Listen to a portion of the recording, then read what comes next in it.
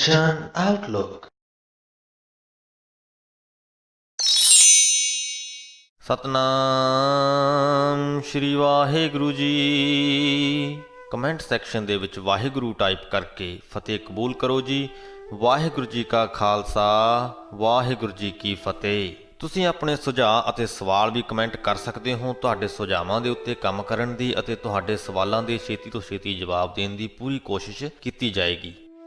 ਅੱਜ ਸ੍ਰੀ ਗੁਰੂ ਗ੍ਰੰਥ ਸਾਹਿਬ ਜੀ ਦੇ 190ਵੇਂ ਅੰਗ ਦੀ ਬਾਣੀ ਦੀ ਵਿਆਖਿਆ ਕਰਦੇ ਹਾਂ ਜੀ। ਪਹਿਲੇ ਹੀ ਸ਼ਬਦ ਦੇ ਵਿੱਚ ਗੁਰੂ ਜੀ ਆਪਣੇ ਸਰੀਰ ਦੇ ਵੱਖ-ਵੱਖ ਅੰਗਾਂ ਦੀ ਗੱਲ ਕਰਦੇ ਪਏ ਹਨ ਕਿ ਕਿਸ ਪ੍ਰਕਾਰ ਉਹਨਾਂ ਅੰਗਾਂ ਦਾ ਸਹੀ ਇਸਤੇਮਾਲ ਕੀਤਾ ਜਾ ਸਕਦਾ ਹੈ ਜਾਂ ਗੁਰੂ ਜੀ ਕਰਦੇ ਹਨ। ਗੌੜੀ ਮਹਿਲਾ ਪੰਜਵਾਂ। ਕਰ ਕਰ ਟਹਿਲ ਰਸ ਨਾ ਗੁਣ ਗਾਵੋ, ਚਰਨ ਠਾਕੁਰ ਕਾ ਮਾਰਗ ਧਾਵੋ।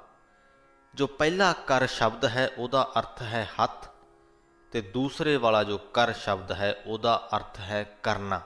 ਟਹਿਲ ਤੋਂ ਭਾਵ ਹੈ ਸੇਵਾ। ਗੁਰੂ ਜੀ ਕਹਿੰਦੇ ਕਿ ਮੈਂ ਆਪਣੇ ਹੱਥਾਂ ਦੇ ਨਾਲ ਉਸ ਪ੍ਰਮਾਤਮਾ ਦੇ ਸੇਵਕਾਂ ਦੀ, ਗੁਰਮੁਖਾਂ ਦੀ ਸੇਵਾ ਕਰਦਾ ਹਾਂ। ਰਸਨਾ ਗੁਣ ਗਾਵੋ, ਆਪਣੀ ਜੀਵ ਦੇ ਨਾਲ ਉਸ ਪ੍ਰਮਾਤਮਾ ਦੇ ਗੁਣ ਗਾਉਂਦਾ ਹਾਂ। ਚਰਨ ਠਾਕੁਰ ਕਾ ਮਾਰਗ ਧਾਵੋ, ਧਾਵੋ ਤੋਂ ਭਾਵ ਦੌੜਨਾ। ਆਪਣੇ ਚਰਨਾਂ ਦੇ ਨਾਲ, ਆਪਣੇ ਕਦਮਾਂ ਦੇ ਨਾਲ, ਪੈਰਾਂ ਦੇ ਨਾਲ ਉਸ ਪਰਮਾਤਮਾ ਦੇ ਮਾਰਗ ਦੇ ਉੱਪਰ ਮੈਂ ਦੌੜਦਾ ਹਾਂ, ਉਸ ਪਰਮਾਤਮਾ ਦੇ ਮਾਰਗ ਦੇ ਉੱਤੇ ਚੱਲਦਾ ਹਾਂ। ਭਲੋ ਸਮੋ ਸਿਮਰਨ ਕੀ ਬਰੀਆ, ਬਰੀਆ ਤੋਂ ਭਾਵ ਵਾਰੀ ਜਾਂ ਅਵਸਰ ਜਾਂ ਮੌਕਾ। ਗੁਰੂ ਜੀ ਕਹਿੰਦੇ ਕਿ ਇਹ ਮਨੁੱਖਾ ਜਨਮ ਭਲਾ ਸਮਾਂ ਹੈ ਤੇਰੇ ਲਈ, ਮੌਕਾ ਹੈ ਤੇਰੇ ਲਈ ਉਸ ਪਰਮਾਤਮਾ ਦਾ ਸਿਮਰਨ ਕਰਨ ਦਾ। ਇਸ ਲਈ ਸਿਮਰਤ ਨਾਮ ਭੈ ਪਾਰ ਉਤਰੀਆ ਰਹਾਓ। ਪਰਮਾਤਮਾ ਦਾ ਨਾਮ ਸਿਮਰ ਤੇ ਆਪਣੇ ਸਾਰੇ ਡਰਾਂ ਤੋਂ ਉੱਪਰ ਉੱਠ ਜਾ। ਪਰਮਾਤਮਾ ਦਾ ਨਾਮ ਸਿਮਰਿਆ ਜੋ ਸੰਸਾਰਕ ਡਰ ਨੇ ਉਹ ਸਾਡੇ ਦੂਰ ਹੋ ਜਾਂਦੇ ਨੇ।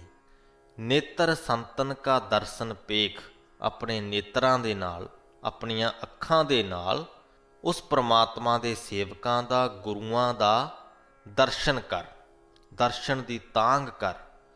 ਪ੍ਰਭ ਅਵਨਾਸੀ ਮਨ ਮਹਿ ਲੇਖ, ਤੇ ਆਪਣੇ ਮਨ ਦੇ ਵਿੱਚ ਉਸ ਅਵਨਾਸੀ ਪਰਮਾਤਮਾ ਦਾ ਲੇਖ ਲਿਖ। ਸੁਣ ਕੀਰਤਨ ਸਾਧ ਪਹਿ ਜਾਏ, ਸਾਧ ਸੰਗਤ ਦੇ ਵਿੱਚ ਜੁੜ ਕੇ ਉਸ ਪਰਮਾਤਮਾ ਦੀ ਸਿਫਤ ਸਲਾਹ ਦਾ ਗੀਤ ਸੁਣ। ਜਨਮ ਮਰਨ ਕੀ ਤਰਾਸ ਮਿਟਾਏ, ਇਸ ਪ੍ਰਕਾਰ ਆਪਣੀ ਜੋ ਜਨਮ ਮਰਨ ਦਾ ਡਰ ਹੈ ਉਹਨੂੰ ਖਤਮ ਕਰ। ਤਰਾਸ ਤੋਂ ਭਾਵ ਡਰ। ਚਰਨ ਕਮਲ ਠਾਕੁਰ ਉਰ ਧਾਰ, ਆਪਣੇ ਹਿਰਦੇ ਦੇ ਵਿੱਚ ਉਸ ਪਰਮਾਤਮਾ ਦੇ ਚਰਨ ਕਮਲਾਂ ਨੂੰ ਵਸਾ, ਉਸ ਪਰਮਾਤਮਾ ਦੇ ਚਰਨਾਂ ਦਾ ਧਿਆਨ ਧਰ। ਦੁਲਵ ਦੇ ਨਾਨਕ ਨਿਸਤਾਰ, ਤੇ ਇਸ ਪ੍ਰਕਾਰ ਇਹ ਮਨੁੱਖਾ ਸਰੀਰ ਜੋ ਦੁਰਲੱਭ ਹੈ, ਜੋ ਬੜੀਆਂ ਮੁਸ਼ਕਲਾਂ ਦੇ ਨਾਲ ਤੈਨੂੰ ਪ੍ਰਾਪਤ ਹੋਇਆ ਹੈ, ਇਹਨੂੰ ਨਿਸਤਾਰ ਕਰ ਲੈ, ਇਹਨੂੰ ਪਾਰ ਲੰਘਾ ਲੈ ਇਸ ਸੰਸਾਰ ਸਮੁੰਦਰ ਤੋਂ। ਗੌੜੀ ਮਹਿਲਾ ਪੰਜਵਾਂ। ਜਾਕੋ ਆਪਣੀ ਕਿਰਪਾ ਧਾਰੈ, ਸੋ ਜਨ ਰਸਨਾ ਨਾਮ ਉਚਾਰੈ। ਜਿਸ ਮਨੁੱਖ ਦੇ ਉੱਪਰ ਪਰਮਾਤਮਾ ਆਪਣੀ ਮਿਹਰ ਕਰਦਾ ਹੈ, ਉਹ ਮਨੁੱਖ ਆਪਣੀ ਰਸਨਾ ਦੇ ਨਾਲ, ਆਪਣੀ ਜੀਵ ਦੇ ਨਾਲ ਉਸ ਪਰਮਾਤਮਾ ਦਾ ਨਾਮ ਉਚਾਰਦਾ ਹੈ। ਹਰ ਬਿਸਰਤ ਸਹਸਾ ਦੁੱਖ ਵਿਆਪੈ, ਜਦੋਂ ਅਸੀਂ ਪਰਮਾਤਮਾ ਨੂੰ ਭੁਲਾ ਦਿੰਦੇ ਹਾਂ, ਉਸ ਨੂੰ ਚੇਤੇ ਦੇ ਵਿੱਚ ਨਹੀਂ ਰੱਖਦੇ, ਤਾਂ ਹਰ ਪ੍ਰਕਾਰ ਦੇ ਡਰ ਅਤੇ ਦੁੱਖ ਸਾਨੂੰ ਵਿਆਪ ਪੈਂਦੇ ਨੇ, ਸਾਨੂੰ ਚੰਬੜ ਜਾਂਦੇ ਨੇ। ਸਿਮਰਤ ਨਾਮ ਭਰਮ ਭਉ ਭਾਗੈ ਰਹਾਉ, ਤੇ ਜਦੋਂ ਅਸੀਂ ਪਰਮਾਤਮਾ ਦਾ ਨਾਮ ਸਿਮਰਦੇ ਹਾਂ ਤਾਂ ਸਾਡੇ ਭੁਲੇਖੇ ਵੀ ਦੂਰ ਹੋ ਜਾਂਦੇ ਨੇ ਤੇ ਸਾਡੇ ਡਰ ਵੀ ਭੱਜ ਜਾਂਦੇ ਨੇ। ਹਰ ਕੀਰਤਨ ਸੁਣੈ ਹਰ ਕੀਰਤਨ ਗਾਵੈ, ਜਿਹੜਾ ਮਨੁੱਖ ਉਸ ਹਰੀ ਦਾ ਕੀਰਤਨ, ਉਸ ਹਰੀ ਦੀ ਸਿਫਤ ਸਲਾਹ ਦੀ ਬਾਣੀ ਸੁਣਦਾ ਹੈ ਅਤੇ ਗਾਉਂਦਾ ਹੈ, ਤਿਸ ਜਨ ਦੁੱਖ ਨਿਕਟ ਨਹੀਂ ਆਵੈ। ਕਿਸੇ ਵੀ ਪ੍ਰਕਾਰ ਦਾ ਦੁੱਖ ਉਸ ਮਨੁੱਖ ਦੇ ਨੇੜੇ ਵੀ ਨਹੀਂ ਆਉਂਦਾ। ਹਰ ਕੀ ਟਹਿਲ ਕਰਤ ਜਨ ਸੋਹੈ, ਜਿਹੜਾ ਮਨੁੱਖ ਉਸ ਪਰਮਾਤਮਾ ਦੀ ਸੇਵਾ ਕਰਦਾ ਹੈ, ਤਾਕਉ ਮਾਇਆ ਅਗਨ ਨਾ ਪੋਹੈ, ਉਹਨੂੰ ਮਾਇਆ ਰੂਪ ਅਗਨੀ ਛੋਹ ਵੀ ਨਹੀਂ ਸਕਦੀ। ਮਾਇਆ ਆਪਣੇ ਜਾਲ ਦੇ ਵਿੱਚ ਨਹੀਂ ਫਸਾ ਸਕਦੀ। ਮਾਇਆ ਦੀ ਤ੍ਰਿਸ਼ਨਾ ਦੀ ਅੱਗ ਉਹਨੂੰ ਤੰਗ ਨਹੀਂ ਕਰਦੀ। ਮਨ ਤਨ ਮੁਖ ਹਰ ਨਾਮ ਦਇਆਲ, ਜਿਸ ਮਨੁੱਖ ਦੇ ਮਨ ਦੇ ਵਿੱਚ, ਤਨ ਦੇ ਵਿੱਚ ਤੇ ਮੁਖ ਦੇ ਵਿੱਚ ਉਸ ਦਇਆਵਾਨ ਪ੍ਰਮਾਤਮਾ ਦਾ ਨਾਮ ਰਹਿੰਦਾ ਹੈ। ਨਾਨਕ ਤਜੀਅਲੇ ਅਵਰ ਜੰਜਾਲ, ਤਜੀਅਲੇ ਤੋਂ ਭਾਵ ਵਿਨਸ ਜਾਣੇ, ਨਸ਼ਟ ਹੋ ਜਾਣੇ, ਉਹਦੇ ਹੋਰ ਸਾਰੇ ਹੀ ਜੰਜਾਲ ਖਤਮ ਹੋ ਜਾਂਦੇ ਨੇ। ਉਹਨੂੰ ਕੋਈ ਮਾਇਆ ਦਾ ਜੰਜਾਲ ਨਹੀਂ ਰਹਿੰਦਾ, ਕੋਈ ਵਿਕਾਰ ਉਹਨੂੰ ਆਪਣੀ ਪਕੜ ਦੇ ਵਿੱਚ ਜਕੜ ਕੇ ਨਹੀਂ ਰੱਖ ਪਾਉਂਦੇ। ਸੋ ਸਾਰੇ ਹੀ ਸ਼ਬਦ ਦੇ ਵਿੱਚ ਉਸ ਪਰਮਾਤਮਾ ਦੇ ਨਾਮ ਦੀ ਮਹਿਮਾ ਕੀਤੀ ਗਈ ਹੈ, ਉਹਦੀ ਮਹੱਤਤਾ ਦੱਸੀ ਗਈ ਹੈ। ਗੌੜੀ ਮਹਿਲਾ ਪੰਜਵਾਂ। ਛਾੜ ਸਿਆਣਪ ਬਹੁ ਚਤੁਰਾਈ, ਗੁਰ ਪੂਰੇ ਕੀ ਟੇਕ ਟਿਕਾਈ।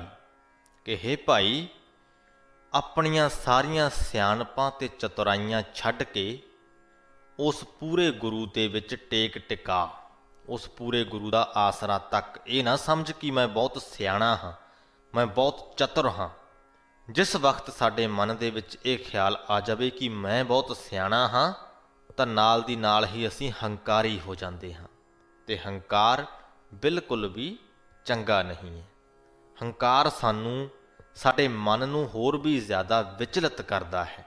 ਫਿਰ ਸਾਡੇ ਅੰਦਰ ਉਸ ਹੰਕਾਰ ਦੇ ਟੁੱਟਣ ਦਾ ਡਰ ਵੀ ਬਣਿਆ ਰਹਿੰਦਾ ਹੈ, ਤੇ ਇਹ ਡਰ ਉਸ ਪ੍ਰਮਾਤਮਾ ਦਾ ਆਸਰਾ ਤੱਕਿਆਂ ਹੀ, ਉਸ ਗੁਰੂ ਦਾ ਆਸਰਾ ਤੱਕਿਆਂ ਹੀ ਖਤਮ ਹੋ ਸਕਦਾ ਹੈ। ਦੁੱਖ ਬਿਨਸੇ ਸੁਖ ਹਰ ਗੁਣ ਗਾਏ, ਗੁਰ ਪੂਰਾ ਭੇਟਿਆ ਲਿਵ ਲਾਏ ਰਹਾਓ। ਜਿਸ ਮਨੁੱਖ ਨੂੰ ਪੂਰਾ ਗੁਰੂ ਮਿਲ ਪੈਂਦਾ ਹੈ, ਜਿਹਦੀ ਲਿਵ ਉਸ ਪੂਰੇ ਗੁਰੂ ਦੇ ਵਿੱਚ ਲੱਗ ਜਾਂਦੀ ਹੈ, ਉਸ ਪੂਰੇ ਗੁਰੂ ਦੀਆਂ ਸਿੱਖਿਆਵਾਂ ਨੂੰ ਮੰਨ ਕੇ ਜਿਹੜਾ ਮਨੁੱਖ ਹਰ ਗੁਣ ਗਾਉਂਦਾ ਹੈ, ਉਹਦੇ ਦੁੱਖ ਬਿਨਸ ਜਾਂਦੇ ਨੇ ਤੇ ਸੁੱਖਾਂ ਦੀ ਉਹਨੂੰ ਪ੍ਰਾਪਤੀ ਹੋ ਜਾਂਦੀ ਹੈ। ਹਰ ਕਾ ਨਾਮ ਦਿਓ ਗੁਰ ਮੰਤਰ, ਗੁਰੂ ਨੇ ਉਪਦੇਸ਼ ਦੇ ਕੇ ਹਰੀ ਦਾ ਨਾਮ ਬਖਸ਼ ਦਿੱਤਾ ਹੈ। ਜਿਹੜੇ ਮਨੁੱਖ ਨੂੰ ਵੀ ਇਹ ਹਰੀ ਦਾ ਨਾਮ ਪ੍ਰਾਪਤ ਹੋਇਆ ਗੁਰੂ ਮੰਤਰ ਵੱਲੋਂ, ਗੁਰੂ ਦੇ ਉਪਦੇਸ਼ ਨਾਲ, ਮਿੱਟੇ ਵਿਸੂਰੇ ਉਤਰੀ ਚਿੰਤ। ਵਿਸੂਰੇ ਤੋਂ ਭਾਵ ਝੋਰੇ, ਕਿ ਉਸ ਮਨੁੱਖ ਦੇ ਸਾਰੇ ਹੀ ਝੋਰੇ ਜਿਹੜੇ ਨੇ ਉਹ ਮਿਟ ਜਾਂਦੇ ਨੇ, ਉਹਦੀਆਂ ਸਾਰੀਆਂ ਚਿੰਤਾਵਾਂ ਉਤਰ ਜਾਂਦੀਆਂ ਨੇ। ਅਨੰਦ ਭਏ ਗੁਰ ਮਿਲਤ ਕਿਰਪਾਲ, ਉਸ ਕਿਰਪਾਲ ਗੁਰੂ ਦੇ ਨਾਲ ਜਦੋਂ ਮਿਲਾਪ ਹੋ ਜਾਂਦਾ ਹੈ, ਉਸ ਕਿਰਪਾ ਕਰਨ ਵਾਲੇ ਗੁਰੂ ਨੂੰ ਜਦੋਂ ਅਸੀਂ ਮਿਲ ਪੈਂਦੇ ਹਾਂ, ਤਾਂ ਸਾਡੇ ਹਿਰਦਿਆਂ ਦੇ ਵਿੱਚ ਆਨੰਦ ਭਰ ਜਾਂਦਾ ਹੈ। ਪਰਮ ਆਨੰਦ, ਪਰਮ ਖੁਸ਼ੀ ਅਸੀਂ ਹਾਸਲ ਕਰਦੇ ਹਾਂ। ਕਰ ਕਿਰਪਾ ਕਾਟੇ ਜਮ ਜਾਲ, ਤੇ ਗੁਰੂ ਆਪਣੀ ਕਿਰਪਾ ਕਰਕੇ ਸਾਡੇ ਜਮਾਂ ਦੇ, ਸਾਡੇ ਆਤਮਕ ਮੌਤ ਦੇ ਜਾਲ ਕੱਟ ਦਿੰਦਾ ਹੈ। ਕਹੋ ਨਾਨਕ ਗੁਰ ਪੂਰਾ ਪਾਇਆ, ਤਾਤੇ ਬਹੁਰ ਨਾ ਵਿਆਪੈ ਮਾਇਆ। ਕਿ ਹੇ ਨਾਨਕ, ਇਹ ਆਖ ਕਿ ਜਿਹੜੇ ਮਨੁੱਖ ਨੇ ਪੂਰਾ ਗੁਰੂ ਪਾ ਲਿਆ, ਉਹਨੂੰ ਮਾਇਆ ਵਿਆਪ ਨਹੀਂ ਸਕਦੀ, ਮਾਇਆ ਉਹਦੇ ਤੇ ਆਪਣਾ ਜ਼ੋਰ ਨਹੀਂ ਪਾ ਸਕਦੀ। ਗੌੜੀ ਮਹਿਲਾ ਪੰਜਵਾਂ। ਰਾਖ ਲਿਆ ਗੁਰ ਪੂਰਾ ਆਪ, ਮਨਮੁਖ ਕਉ ਲਾਗੋ ਸੰਤਾਪ। ਗੁਰੂ ਜੀ ਕਹਿੰਦੇ ਕਿ ਪੂਰੇ ਗੁਰੂ ਨੇ ਖੁਦ ਆ ਕੇ ਮੇਰੀ ਇੱਜ਼ਤ ਰੱਖੀ ਹੈ, ਖੁਦ ਆ ਕੇ ਮੈਨੂੰ ਵਿਕਾਰਾਂ ਦੇ ਹੱਲਿਆਂ ਤੋਂ ਬਚਾ ਲਿਆ ਹੈ। ਰਾਖ ਲਿਆ ਗੁਰ ਪੂਰਾ ਆਪ, ਮਨਮੁਖ ਕਉ ਲਾਗੋ ਸੰਤਾਪ। ਤੇ ਆਪਣੇ ਮਨ ਦੇ ਪਿੱਛੇ ਚੱਲਣ ਵਾਲੇ ਮਨੁੱਖ ਨੂੰ ਸੇਕ ਲੱਗਦਾ ਹੀ ਰਹਿੰਦਾ ਹੈ, ਉਹਨੂੰ ਸੰਤਾਪ ਚੁੰਬੜਿਆ ਹੀ ਰਹਿੰਦਾ ਹੈ। ਗੁਰੂ ਗੁਰੂ ਜਪ ਮੀਤ ਹਮਾਰੇ, ਮੁਖ ਉਜਲ ਹੋਵੈ ਦਰਬਾਰੇ ਰਹਾਓ।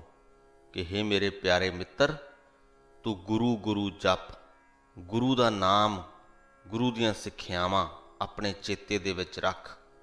ਇਸ ਪ੍ਰਕਾਰ ਉਸ ਪ੍ਰਮਾਤਮਾ ਦੀ ਦਰਗਾਹ ਤੇ ਤੇਰਾ ਮੁਖ ਉਜਲ ਹੋਵੇਗਾ, ਤੇਰੇ ਚਿਹਰੇ ਤੇ ਨੂਰ ਹੋਵੇਗਾ। ਗੁਰ ਕੇ ਚਰਨ ਹਿਰਦੈ ਵਸਾਏ, ਦੁੱਖ ਦੁਸ਼ਮਨ ਤੇਰੀ ਹਤੈ ਬੁਲਾਏ।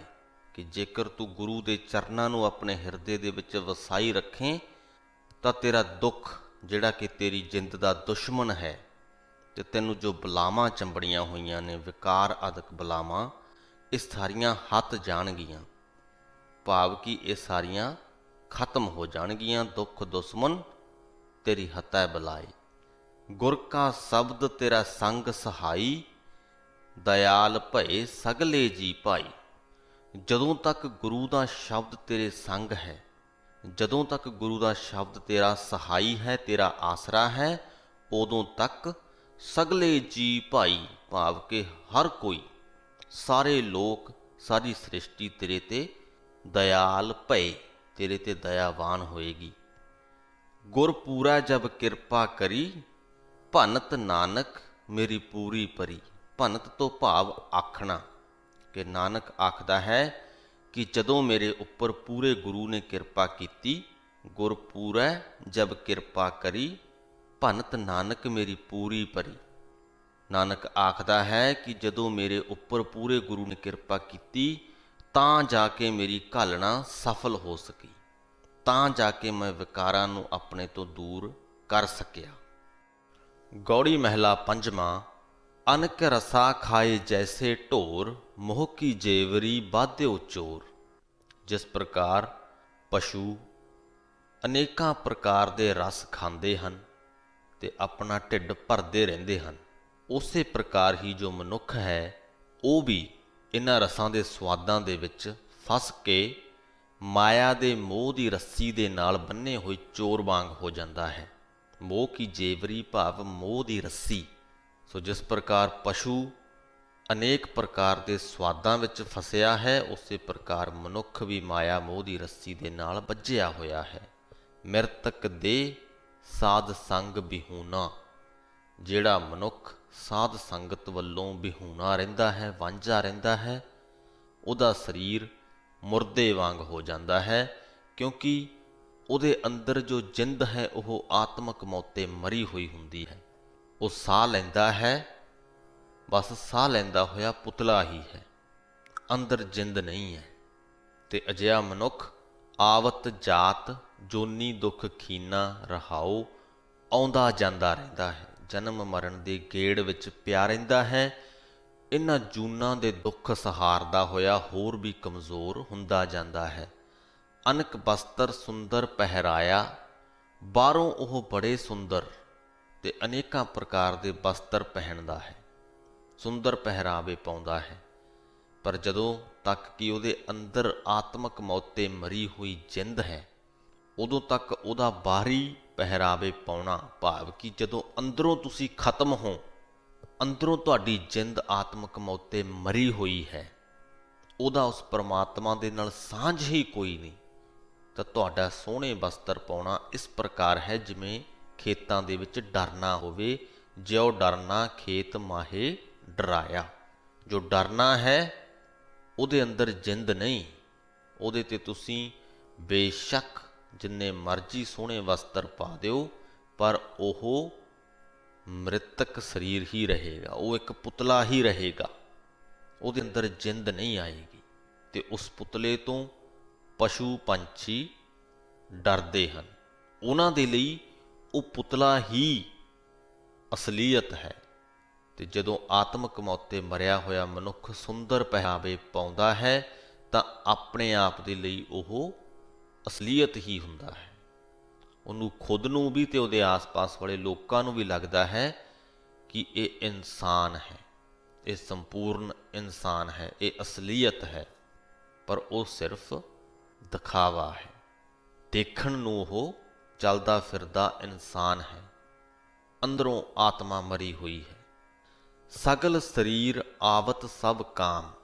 ਜੀਵ ਜੰਤੂਆਂ ਦੇ ਸਰੀਰ ਵੀ ਕੰਮ ਆਉਂਦੇ ਨੇ ਉਹਨਾਂ ਦੇ ਮਰ ਜਾਣ ਤੋਂ ਬਾਅਦ, ਖਾਸ ਕਰਕੇ ਜਿਨ੍ਹਾਂ ਜੀਵਾਂ ਦੀ ਚਮੜੀ ਦੇ ਬਸਤਰ ਜਾਂ ਜੁੱਤੇ ਆਦਿਕ ਬਣਦੇ ਨੇ, ਉਹਨਾਂ ਦੇ ਸਰੀਰ ਮਰਨ ਤੋਂ ਬਾਅਦ ਵੀ ਕੰਮ ਆਉਂਦੇ ਨੇ, ਪਰ ਜੋ ਮਨੁੱਖੀ ਸਰੀਰ ਹੈ ਉਹ ਨਹੀਂ। ਨਿਹਫਲ ਮਾਨੁਖ ਜਪੈ ਨਹੀਂ ਨਾਮ। ਮਨੁੱਖ ਦੇ ਲਈ ਉਸ ਪਰਮਾਤਮਾ ਨੇ ਆਪਣਾ ਨਾਮ ਜਪਣਾ ਹੀ ਕੰਮ ਬਣਾਇਆ ਹੈ। ਮਨੁੱਖੀ ਸਰੀਰ ਨੂੰ ਅਸੀਂ ਜੇ ਸਫਲ ਕਰਨਾ ਹੈ ਤਾਂ ਉਹਦਾ ਨਾਮ ਜਪਣਾ ਪੈਂਦਾ ਹੈ, ਤੇ ਜੇਕਰ ਅਸੀਂ ਨਾਮ ਨਹੀਂ ਜਪਦੇ ਤਾਂ ਅਸੀਂ ਨਿਹਫਲ ਮਾਨੁਖ ਹਾਂ, ਸਾਡਾ ਮਨੁੱਖਾ ਜਨਮ ਅਸਫਲ ਹੈ। ਕਹੋ ਨਾਨਕ ਜਾ ਕਉ ਭਏ ਦਇਆਲਾ, ਸਾਧ ਸੰਗ ਮਿਲ ਭਜੇ ਗੋਪਾਲਾ। ਪਰ ਮਨੁੱਖ ਦੇ ਹੱਥ ਵੱਸ ਨਹੀਂ ਹੈ ਕੁਝ, ਜੋ ਕੁਝ ਵੀ ਹੁੰਦਾ ਹੈ ਉਹਦੀ ਰਜ਼ਾ ਅਨੁਸਾਰ ਹੀ ਹੁੰਦਾ ਹੈ। ਜਿਸ ਮਨੁੱਖ ਦੇ ਉੱਪਰ ਉਹ ਦਇਆਵਾਨ ਹੁੰਦਾ ਹੈ, ਕਹੋ ਨਾਨਕ ਜਾ ਕਉ ਭਏ ਦਇਆਲਾ, ਹੇ ਨਾਨਕ ਇਹ ਆਖ ਕਿ ਜਿਹੜੇ ਮਨੁੱਖ ਦੇ ਉੱਪਰ ਉਹ ਪ੍ਰਮਾਤਮਾ ਦਇਆਵਾਨ ਹੁੰਦਾ ਹੈ, ਸਾਧ ਸੰਗ ਮਿਲ ਭਜੇ ਗੋਪਾਲਾ, ਉਹ ਮਨੁੱਖ ਸਾਧ ਸੰਗਤ ਦੇ ਵਿੱਚ ਜੁੜ ਕੇ ਉਸ ਗੋਪਾਲੇ ਪ੍ਰਮਾਤਮਾ ਦਾ ਨਾਮ ਜਪਦਾ ਹੈ, ਉਹਦਾ ਭਜਨ ਕਰਦਾ ਹੈ। ਪਰ ਜਿਹੜਾ ਨਹੀਂ ਕਰਦਾ ਉਹ ਵੀ ਉਸ ਪ੍ਰਮਾਤਮਾ ਦੀ ਰਜ਼ਾ ਤੋਂ ਬਾਹਰ ਨਹੀਂ ਹੈ, ਉਹ ਵੀ ਉਹਦੀ ਰਜ਼ਾ ਅਨੁਸਾਰ ਹੀ ਹੈ। ਉਹਦੇ ਲਈ ਪ੍ਰਮਾਤਮਾ ਦਾ ਉਹੀ ਪ੍ਰੋਗਰਾਮ ਹੈ, ਉਹਨੂੰ ਉਸ ਪ੍ਰਕਾਰ ਦਾ ਉਸ ਪ੍ਰਮਾਤਮਾ ਨੇ ਹੀ ਬਣਾਇਆ ਹੈ। ਸੋ ਇਸ ਦੇ ਨਾਲ ਹੀ ਸ੍ਰੀ ਗੁਰੂ ਗ੍ਰੰਥ ਸਾਹਿਬ ਜੀ ਦੇ 190ਵੇਂ ਅੰਗ ਦੀ ਬਾਣੀ ਦੀ ਵਿਆਖਿਆ ਦੀ ਸਮਾਪਤੀ ਹੁੰਦੀ ਹੈ ਜੀ। ਅੱਜ ਦੇ ਅੰਗ ਦੀ ਬਾਣੀ ਦੀ ਸ਼ੁਰੂਆਤ ਸਾਡੇ ਸਰੀਰ ਦੇ ਵੱਖ-ਵੱਖ ਅੰਗਾਂ ਤੋਂ ਹੋਈ ਤੇ ਗੁਰੂ ਜੀ ਨੇ ਸਾਨੂੰ ਪ੍ਰੇਰਿਆ ਕਿ ਕਿਹੜੇ-ਕਿਹੜੇ ਅੰਗਾਂ ਦੇ ਨਾਲ ਅਸੀਂ ਕੀ ਕਰਨਾ ਹੈ। ਹੱਥਾਂ ਦੇ ਨਾਲ ਸਤਿਗੁਰਾਂ ਦੀ ਸੇਵਾ, ਰਸਨਾ ਦੇ ਨਾਲ ਉਸ ਪ੍ਰਮਾਤਮਾ ਦਾ ਨਾਮ ਜਪਣਾ ਹੈ, ਨੇਤਰਾਂ ਦੇ ਨਾਲ ਉਸ ਪ੍ਰਮਾਤਮਾ ਦੇ ਦਰਸ਼ਨ ਕਰਨੇ ਹਨ। ਤੇ ਜਦ ਅਸੀਂ ਇਹ ਸਭ ਕਰਦੇ ਹਾਂ ਤਾਂ ਵਿਕਾਰਾਂ ਤੋਂ ਰਹਿਤ ਹੋ ਜਾਂਦੇ ਹਾਂ, ਮੋਹ ਤੋਂ ਬਚ ਜਾਂਦੇ ਹਾਂ, ਮਾਇਆ ਦੀ ਅਗਨੀ ਸਾਨੂੰ ਤੰਗ ਨਹੀਂ ਕਰਦੀ। ਫਿਰ ਗੁਰੂ ਜੀ ਨੇ ਸਾਨੂੰ ਆਪਣੀ ਚਤੁਰਾਈ, ਆਪਣੀ ਸਿਆਣਪ ਛੱਡਣ ਦੇ ਲਈ ਵੀ ਪ੍ਰੇਰਿਆ ਹੈ। ਆਪਣੀ ਸਿਆਣਪ ਛੱਡ ਕੇ ਉਸ ਇੱਕ ਗੁਰੂ ਦੇ ਵਿੱਚ ਟੇਕ ਟਿਕਾਉਣ ਦੇ ਲਈ ਵੀ ਕਿਹਾ ਹੈ। ਤੇ ਅਖੀਰ ਵੱਲ ਨੂੰ ਗੱਲ ਹੋਈ ਹੈ ਸਾਡੇ ਸਰੀਰ ਦੀ, ਇਸ ਮਨੁੱਖੀ ਸਰੀਰ ਰੂਪ ਪੁਤਲੇ ਦੀ, ਕਿ ਜਦ ਤੱਕ ਇਹਦੇ ਅੰਦਰ ਆਤਮਾ ਜਿਉਂਦੀ ਹੈ ਤਦ ਤੱਕ ਹੀ ਇਹ ਮਨੁੱਖਾ ਸਰੀਰ ਅਸਲੀਅਤ ਹੈ। ਜੇ ਸਾਡੀ ਆਤਮਾ ਮਰ ਗਈ, ਆਤਮਕ ਮੌਤ ਤੇ ਅਸੀਂ ਆਪਣੇ ਆਪ ਨੂੰ ਮਾਰ ਲਿਆ, ਤਾਂ ਸਾਡਾ ਮਨੁੱਖਾ ਸਰੀਰ ਇੱਕ ਡਰਨੇ ਵਾਂਗ ਹੋ ਜਾਂਦਾ ਹੈ, ਜੋ ਦੇਖਣ ਨੂੰ ਅਸਲੀਅਤ ਲੱਗਦਾ ਹੈ ਪਰ ਅਸਲੀਅਤ ਹੈ ਨਹੀਂ।